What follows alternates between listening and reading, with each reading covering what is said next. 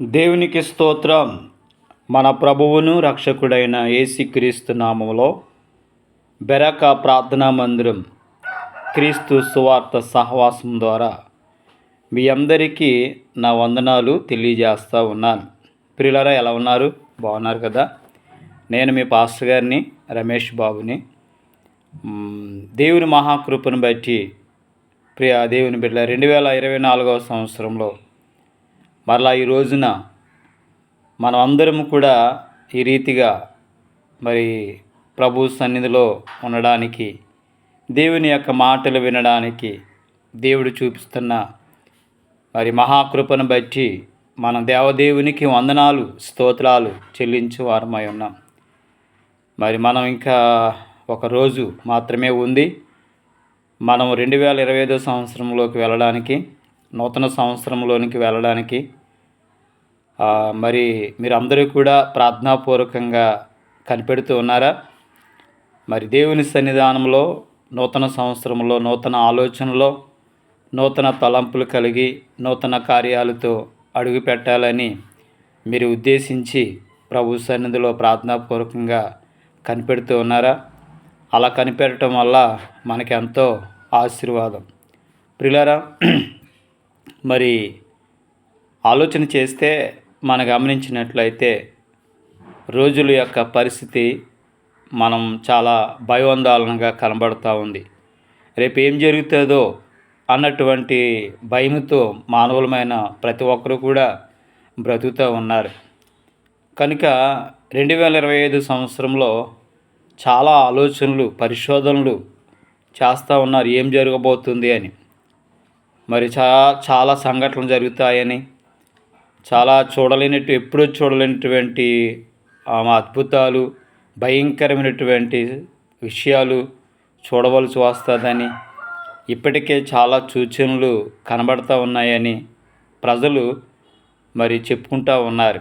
ఎందుకనంటే డిసెంబర్ నెల అంతా కూడా మనం చూసి ఉన్నాం. తరచూ తుఫానులు, వాయుగుండాలు, సముద్రం అల్లకల్లోలంగా ఉంటుంది. ఏం జరగబోతుంది అన్నటువంటి భయంతో మనం ఉంటూ ఉన్నాం. ఒక పక్క ప్రజల్లో నెమ్మది లేదు, భయంకరమైనటువంటి రోగాలు, బలహీనతలు. కాబట్టి ఇలాంటి పరిస్థితుల్లో, ఇలాంటి లోకంలో మనము జీవిస్తూ ఉన్నాం. అయితే నేను అంటాను, ఒకటి మనం అర్థం చేసుకోవాలి, ఇవన్నీ జరగవలసి ఉన్నవి, కానీ అంతము వెంటనే రాదు.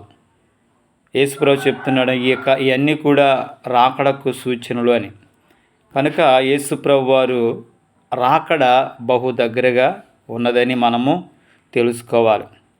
అయితే ప్రియులారా, మరి రాబోయేటువంటి కాలము నూతన సంవత్సరంలో మనము దేవుని విషయంలో నూతన దర్శనంతో, నూతన కార్యాలతో ప్రవేశిస్తే మనకు ఎంతో అవసరం. కీర్తనకారుడు ఒక మాట చెప్తూ ఉన్నాడు, మీకు జ్ఞాపకం చేస్తాను. 23వ కీర్తన 6వ వచనంలో మరి మనం చదివితే అక్కడ రాయబడి ఉంది, పిల్లారా, నేను బ్రతుకు దినములన్నీ కృపా క్షేమములే నా వెంట వచ్చును, చిరకాలము యెహోవా మందిరంలో నేను నివాసము చేసేదాన్ని. ఆమేన్.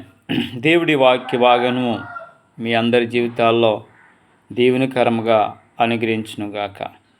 రాబోయే దినాలు, మన బ్రతుకు దినాలు ఎలా ఉండాలి అంటే క్షేమంగా ఉండాలి. ఎక్కడ చూసినా క్షేమం అనేది లేదు కదా. ఎక్కడికి వెళ్ళినా క్షేమం అనేది లేదు. మానవుడు క్షేమం లేక ఎన్నో ప్రయత్నాలు చేస్తూ ఉన్నాడు.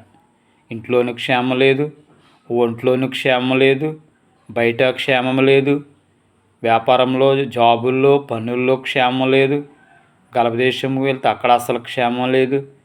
మనము ఎక్కడా కూడా క్షేమం అనేది లేదు. అయితే మన బ్రతుకు దినాలలో మనం క్షేమంగా ఉండాలంటే ఒకటే మనకి ఆధారం.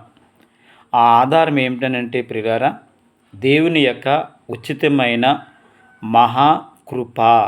కీర్తనకారుడు చెప్తున్న మాట, దావీదు భక్తుడు ఏమంటున్నాడంటే, నా బ్రతుకు దినములన్నీ కృపాక్షేమములే నా వెంట వచ్చును. మన వెంట ఎవరుండాలి అని అంటే, మన వెంట డబ్బు కాదు, ఆస్తి కాదు, జ్ఞానము కాదు, మనం సంపాదించుకునేది ఏదీ కూడా కాదు. మన వెంట ఏముండాలి అంటే కృప ఉండాలి, దేవుని కృప ఉండాలి.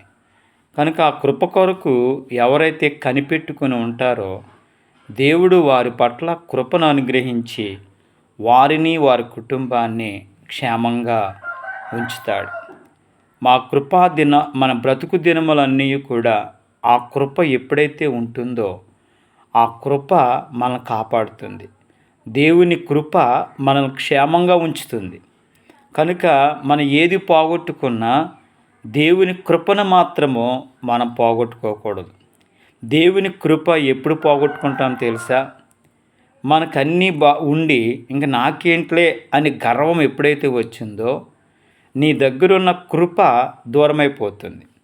ఆ తర్వాత కౌంట్ అవుతాయి సమస్యలు. కాబట్టి మనం ఎన్ని ఉన్నా, ఎన్ని కలిగి ఉన్నా, లేకపోయినా, పేదరికంలో ఉన్నా దేవుని కృపకు మనం దూరం కాకుండా ఉంటే మనం క్షేమంగా ఉంటాం. ఆ కృప మనకి ఎలా వస్తుందని అంటే విధేయత కలిగి ఉండడం వల్ల, భయభక్తులు కలిగి ఉండడం వల్ల దేవుని కృప మన మీద ఆవరిస్తూ ఉంది. కాబట్టి ఆ కృపను దూరం చేసుకోవద్దు. 2025 సంవత్సరంలో ఇంకా అధికమైన కృప దేవుడు నీకు అనుగ్రహించాలి.